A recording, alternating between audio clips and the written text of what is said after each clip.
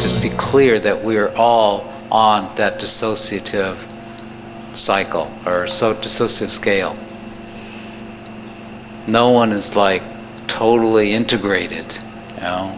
There's always these wars inside of ourselves, inside of our heads, and sometimes one part of the other personality takes over and wins that war.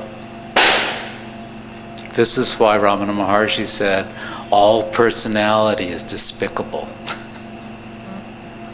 And until we realize that and see how despicable it is, then that gives us the motivation to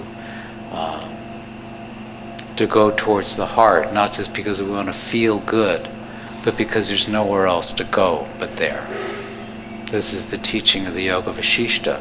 The Yoga Vashishta says that when Lord Rama asked, why is it that when I've touched into love and I've touched into oneness and I've touched into the truth, why is it that I keep going back to mind? Why is it that I keep going back to personality? Why do I, in Ramana Maharshi's terms would be, why is it that I keep going back to my despicable self? So the answer to Lord Rama's question to his teacher Vashishta is the content of an 1800-page book in its original English translation. But I always think it's interesting the first thing that Vashishta said. He said what Ramana Maharshi said, which is, you haven't seen who you are yet, how despicable this really is, how you just haven't had enough of this life. Buddha's first noble truth is, this life is suffering.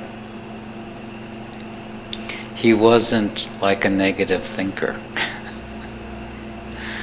I remember I did a Sunday service for a Unity church, and they're all into, it's all positive thinking, right? No negative thinking around here, just positive thinking. So, but she asked me, many people are asking about Buddhism. So I said, well, is it okay then, if we really want to talk about Buddhism, we have to talk the basis of Buddhism, which is the Four Noble Truths. That's the basis of all Buddhism. And I want to concentrate on the first one, which is all life is suffering.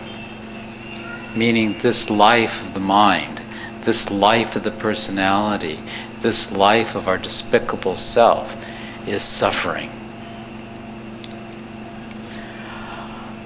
That minister, I was never asked back at that church. That guy is a stinking thinker, man. That's what they called me, a stinking thinker. And I was like, well, wait a minute. No, these aren't my words. This is the Buddha's words, right? I mean, I'm just like making the interpretation, you know, because